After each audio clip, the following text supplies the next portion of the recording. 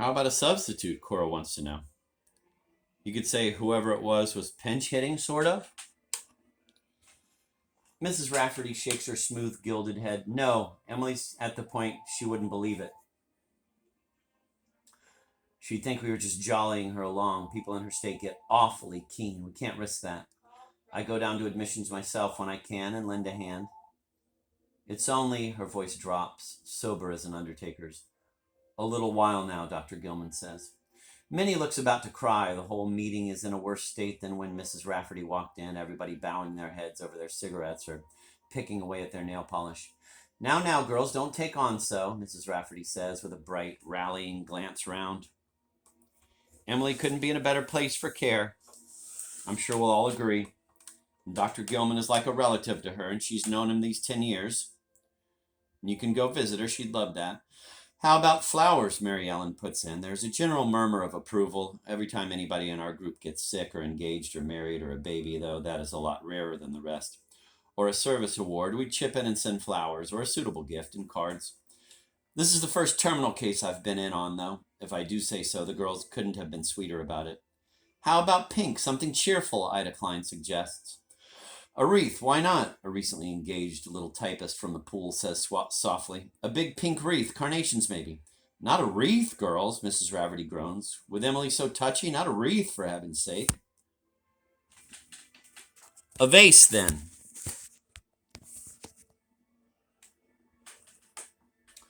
Says Dottie. The nurses are always complaining about no vases. A real nice vase, maybe, from the hospital gift shop. They have these imported vases and a mixed bouquet in the vase from the hospital florists.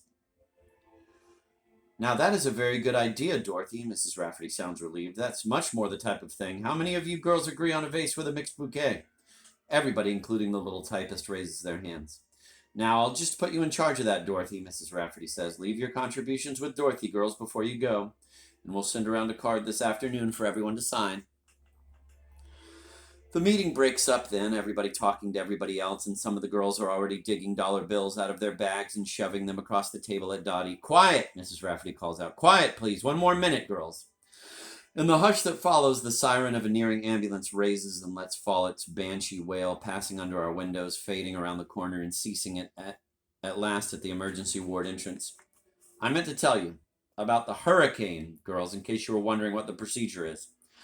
The latest bulletin from the head office says things may start blowing up around noon, but you're not to worry. Keep calm, business as usual. Amused laughter from the typing pool. And above all, don't show any concern you may have over the hurricane to the patients. They'll be nervous enough without that. Those of you who live far out, if it's too bad, can stay over in the hospital tonight. Cots are being set up in the halls of the clinics building, and we have the 3rd floor all marked out for you girls, barring an emergency. At this point, the swinging doors open with a bump, and a nurse walks in, pushing the coffee maker on a metal food cart. Her rubber-soled shoes creak as though she was stepping on live mice. Meeting adjourned, says Mrs. Rafferty. Coffee, everyone. Dottie draws me away from the crush around the coffee urn. Cora's bound to have coffee, but that stuff's so bitter I can't stomach it. And in paper cups yet. Dottie makes a little grimace of distaste. Why don't you and me go blow this money on a vase and flowers for Miss Emily right here and now? Okay, leaving the room with Dottie, I notice she is walking with short, choppy strides. Say, what's with you? You don't want to buy a vase? There's not a vase I mind. It's the thought of that old lady up there being fed all this soft soap. She's going to die. She should have decent time to get used to the idea. See a priest, not hear everything's finesy-winesy. Dottie started taking a novitiate, she told me once. Before she knew what the world was about, only she said she could no more keep her eyes down and her hands folded neatly in her sleeves or her tongue still than she could stand on her head and recite the Greek alphabet backwards. Every now and then, though, I feel her convent training showing through, like the sheen of her fair skin under the pink and peach-colored powder she uses. You should have been a missionary, I say. By this time we are up to the gift shop, a spiffy bandbox of a place with fancy goods stacked from floor to ceiling, fluted vases, breakfast cups enameled with hearts and flowers, wedding dress dolls and china bluebirds, gilt-edged card decks, cultured pearls, all you can think of, and every bit of it priced too high for anybody but a loving relative with his mind on something besides his pocketbook. She's better off not knowing, I add, since Dottie doesn't say anything.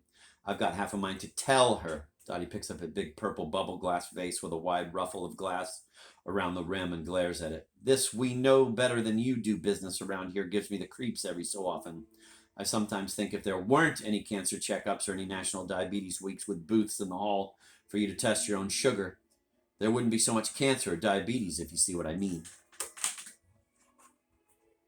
Now you're talking like those Christian Science types, I say. And by the way, I think that vase is too loud for an old lady like Miss Emily. Dottie gives me an odd little smile, takes the vase up to the sales lady at the counter and plonks down $6 for it. Now, instead of keeping to the kitty money she has left over after blowing most of it on the vase, Dottie adds a couple of dollars of her own. And I must admit, so do I, without much prodding on her part. When the florist next door comes up, rubbing his hands and looking equally ready for congratulations or condolences, to ask what we want, a dozen long-stem roses or maybe a bachelor's button and baby's breath corsage with silver ribbon, Dottie holds out the purple bubble glass vase. Something of everything, Buster. Fill her up. The florist peers at Dottie, one side of his mouth skipping up in a little smile, the other side waiting until he can be sure she's just joshing him. Come on, come on. Dottie thumps the vase up and down the glass counter, causing the florist to wince and rapidly relieve her of it. Like I said, tea roses, carnations, some of those whatchamacallits. The florist's eyes follow Dottie's finger. Gladioluses, he supplies in a pained tone. Gladiolus, some of them, different colors, red, orange, yellow, and a couple of those purple irises. Ah, they'll match the vase, the florist says, starting to get into the spirit of the thing. And an assortment of anemones? That too, Dottie says, except it sounds like a rash. We are out of the florist's in short order through the covered passageway between the clinic's building and the hospital proper, and up on an elevator to Miss Emily's floor, Dottie bearing the purple vase jammed with this bouquet. Miss Emily? Dottie whispers as we tiptoe into the 4-bed ward. A nurse glides out from behind the curtains drawn around the bed in the far corner by the window. Shh! She puts her fingers to her lips and points back at the curtains. In there, don't stay too long. Miss Emily is sunk back into the pillows, her eyes open and filling most of her face, her hair spread out in a gray fan on the pillow around her head. Bottles of all sorts are on the medicine table on the floor under the bed and hung up around the bed. Thin rubber tubes lead off from a couple of the bottles, one tube disappearing under the bed covers and one tube going right up into Miss Emily's left nostril. There is no sound in the room but the dry rustle of Miss Emily's breathing. No motion but the faint heave of the sheet over her chest and the air bubbles sending up their rhythmic silver balloons in one of these bottles of fluid. In the unhealthy storm light from the window, Miss Emily looks like a wax dummy, except for her eyes, which fix on us. I can almost feel them burning into my skin. They are so keen. We brought these flowers, Miss Emily. I point to the enormous multicolored vase full of hothouse blooms Dottie is setting down on the medicine table. The table is so small she first has to clear away all the jars and glasses and pitchers and spoons onto the bottom shelf to make room. Miss Emily's eyes slide to this heap of flowers. Something flickers there. I feel I am watching 2 candles at the end of a long hall. 2 pinpoint flames blowing and recovering in a dark wind. Outside the window, the sky is blacker than a cast iron skillet. The girls sent them. Dottie takes Miss Emily's inert, waxen hand from where it lies on the coverlet. The card will be up later. Everybody's signing it. Only we didn't want to wait with the flowers. Miss Emily tries to speak. A faint hiss and rattle escape her lips. No words you can make out.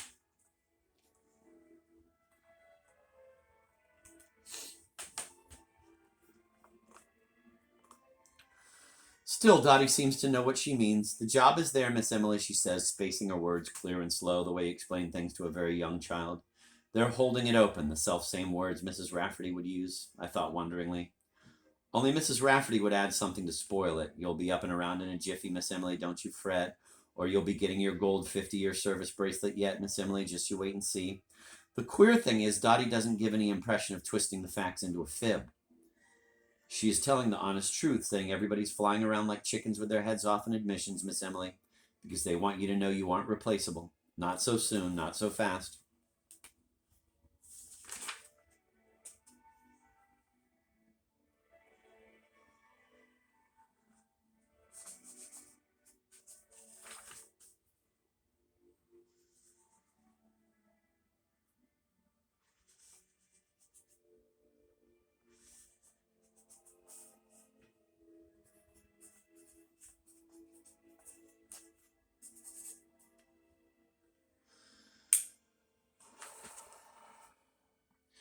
Miss Emily lets the lids droop over her eyes. Her hand goes limp in Dottie's palm, and she sighs, a sigh that passes with a shudder through her whole body.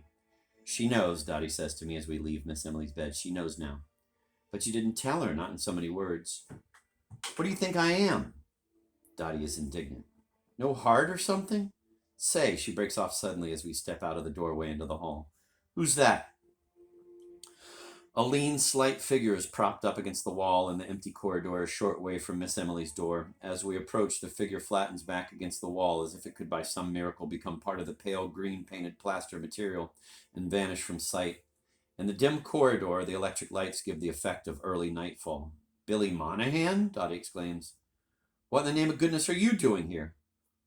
Waiting, Billy manages to squeak, his face flushing a painful shade of red under the crimson overlay of pimples and boils.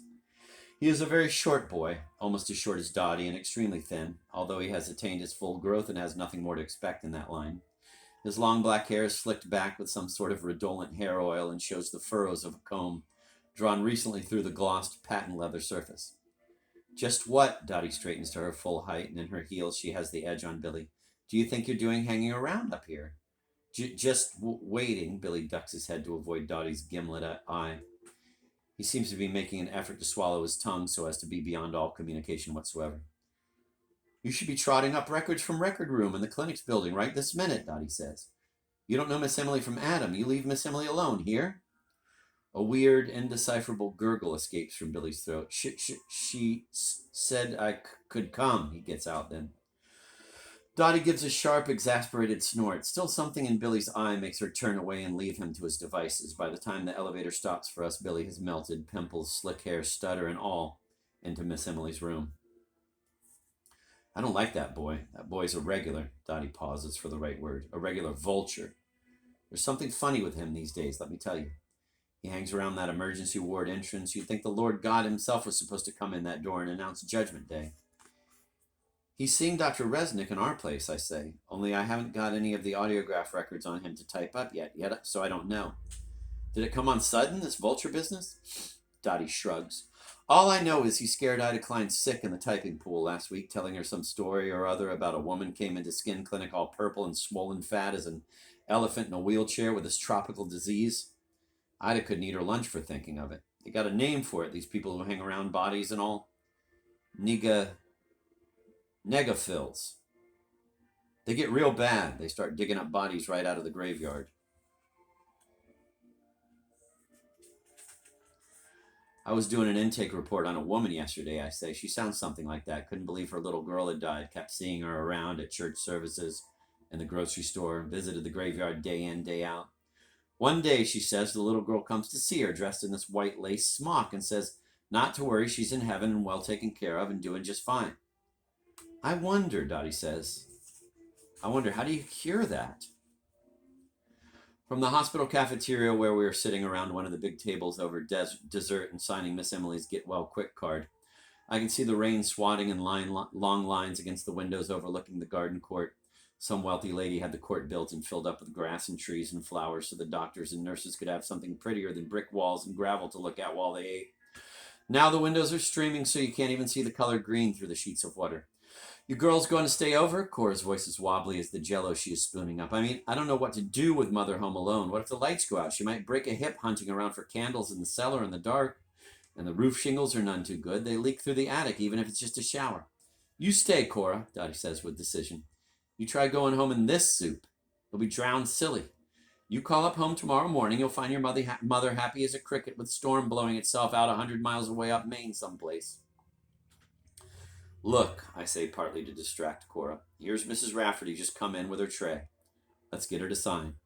Before any of us can wave, Mrs. Rafferty spots us and comes over.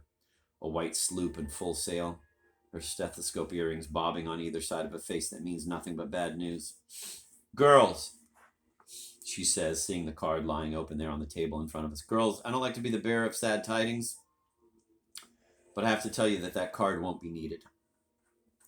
Cora turns the color of putty under her freckles, a spoonful of strawberry jello suspended halfway to her mouth.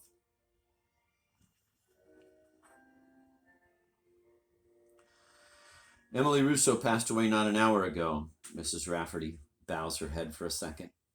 and lifts it with a certain fortitude. It's all for the best, girls. You know that as well as I do. She passed on easy as could be. So don't let it get you down now. We've got, she nods her head briskly at the blind, streaming panes, other people to think of. Was Miss Emily, Dottie asks, stirring cream into her coffee with an odd absorption. Was Miss Emily alone at the last? Mrs. Rafferty hesitates. No, Dorothy, she says then. No, she was not alone. Billy Monahan was with her when she passed on. The nurse on duty says he seemed very affected by it, very moved by the old lady. He said, Mrs. Rafferty adds, he said to the nurse Miss Emily was his aunt. But Miss Emily doesn't have any brothers or sisters, Cora protests. Minnie told us she doesn't have anybody. Be that as it may, Mrs. Rafferty seems eager to close the subject. Be that as it may, the boy was very moved by the whole thing, with it raining cats and dogs and a wind blowing to flatten the city itself. No patients come into the office all afternoon. Nobody, that is, except old Mrs. Tomalillo. Miss Taylor has just gone out to get 2 cups of coffee at the dispenser down the hall when Mrs. Tomalillo walks in on me, furious and wet as a witch in her black wool year-round dress, waving a soggy lump of papers. Where's Dr. Chrisman? Dr. Chrisman, I want to know. The soggy lump of papers turns out to be Mrs. Tomalillo's own record book, which patients are never under any circumstances allowed to get hold of. It is a fine mess, the red, blue, and green ink entries of the numerous doctors and the numerous clinics Mrs. Tomalillo frequents blurring into a wild rainbow, dripping colored beads of water and ink even as I take it from her hands. Lies, lies, lies, Mrs. Tomalillo hisses at me, so I can't get a word in. Lies! What lies, Mrs. Tomalillo? I ask then, in a clear, loud voice, for Mrs. Tomalillo is notably hard of hearing, although she refuses to learn to operate an aid. I'm sure Dr. Chrisman lies. Lies he's written in that book. I am a good woman, my husband dead. You let me just get my hands on that man. I'll teach him lies. I glance quickly out into the hall. Mrs. Tomalillo is flexing her strong fingers in an alarming fashion. A man on crutches, one pants leg empty and folded up in a neat tuck at the hip, is swinging along past the door. After him comes an aide from amputee clinic, lugging a pink artificial leg and half an artificial torso. Mrs. Tomalillo quiets at the sight of the little procession. Her hands fall to her sides, losing themselves in the folds of her voluminous black skirt. I'll tell Dr. Chrisman, Mrs. Tomalillo. I'm sure there's been some mistake. Don't you get upset. Behind my back, the window rattles in its frame as if some great drafty giant out there is trying to shoulder into the light.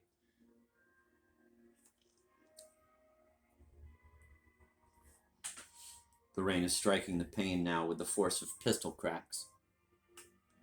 Lies, Mrs. Tomalillo hisses, but more placidly, rather like a kettle just coming off the boil. You tell him. I'll tell him. Oh, Mrs. Tomalillo, yes? She pauses in the doorway, black and portentous as one of the fates, caught in a squall of her own making. Where shall I tell Dr. Chrisman the record book came from? Down there in that room, she says simply. That room where all the books are. I ask for it, they give it to me. I see. The number on Mrs. Tomalillo's record, printed in indelible ink, reads 93625. I see. Thank you, Mrs. Tomalillo. The clinic's building, big as it is, founded solid on concrete and built of brick and stone, seems shaken to its roots as Dottie and I cross through the first floor halls and down the passageway to the cafeteria and the main hospital for a hot supper. We can hear the sirens loud and faint, and in and around the city, fire engines, ambulances, police wagons. The emergency ward parking lot is jammed with ambulances and private cars pouring in from the outlying towns.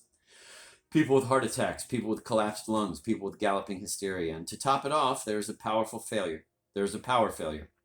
So we have to feel our way along the walls in the semi-dark. Everywhere doctors and interns are snapping out orders, nurses gliding by white as ghosts in their uniforms, and stretchers with people bundled on them, groaning or crying, or still being rolled this way and that. In the middle of it all, a familiar shape darts past us and down a flight of unlit stone steps leading to the first and second basements. Isn't that him? Him who? Dottie wants to know. I can't see a thing in this pitch. I should get glasses. Billy from the record room. They must be having him whip up records on the double for the emergency cases, Dottie says. They need all the extra hands they can get when things are thick as this. For some reason, I can't bring myself to tell Dottie about Mrs. Tomalillo. He's not such a bad kid, I find myself saying, in spite of what I know about Mrs. Tomalillo and Emily Russo and Ida Klein and the Elephant Woman. Not bad, Dottie says ironically, if you happen to like vampires. Mary Ellen and Dottie are sitting cross-legged on one of the cots in the third-floor annex, trying to play social solitaire by the light of a purse flashlight somebody has dug up, when Cora comes flying down the hall toward the row of us propped in the cots. Dottie lays a red 9 on a black 10. You get hold of your mother? The roof still on at your place? In the pale, luminous circle cast by the flashlight, Cora's eyes are wide, wet around the edges. Say, Mary Ellen leans toward her. You haven't heard anything bad. You're as white as a sheet, Cora. It's not my mother, Cora brings out. The lines are down. I couldn't even get through. It's that boy, that Billy. Everybody's very quiet all of a sudden. He was running up and down these stairs, Cora says, her voice so teary you'd think she was talking about her kid brother or something. Up and down with these records and no lights. He's in such a hurry. He's skipping 2-3 steps and he fell. He fell a whole flight. Where is he? Dottie asks, slowly putting down her hand of cards. Where is he now? Where is he? Cora's voice rises an octave. Where is he? He's dead. It's a funny thing. The minute those words are out of Cora's mouth, everybody forgets how little Billy was and how really ridiculous looking with that stammer and that awful complexion with all this worry about the hurricane and nobody able to get through to their folks. Memory throws a kind of halo around him. You'd think he'd laid down and died for the whole bunch of us sitting there on those cots. He wouldn't have died, Mary Ellen observes, if he hadn't been helping out other folks. Seeing how things are, Ida Klein puts in, I'd like to take back what I said about him the other day, about him and that woman with the elephant sickness. He didn't know what a bad stomach I've got or anything. Only Dottie is silent. Mary Ellen turns out the flashlight then, and everybody takes off their dresses in the dark and lies down. Dottie climbs into the cot at the far end of the row next to mine. All along the corridor you can hear the rain, quieted now, drumming steadily against the panes. After a while, the sound of regular breathing is rising from most of the cots. Dottie, I whisper. Dottie, you awake? Sure, Dottie whispers back. I've got asomnia like nobody's business. So, Dottie, what do you think? You want to know what I think? Dottie's voice seems wafted to my ears from a small, invisible point in a great darkness. I think that boy's a lucky boy. For once in his life, he's got sense. For once in his life, I think that boy's going to be a hero. And what with the newspaper stories and the church ceremonies and the posthumous gold medal awarded by the hospital director to Billy's parents after the storm has blown over, I have to give Dottie credit. She's right. She's absolutely right.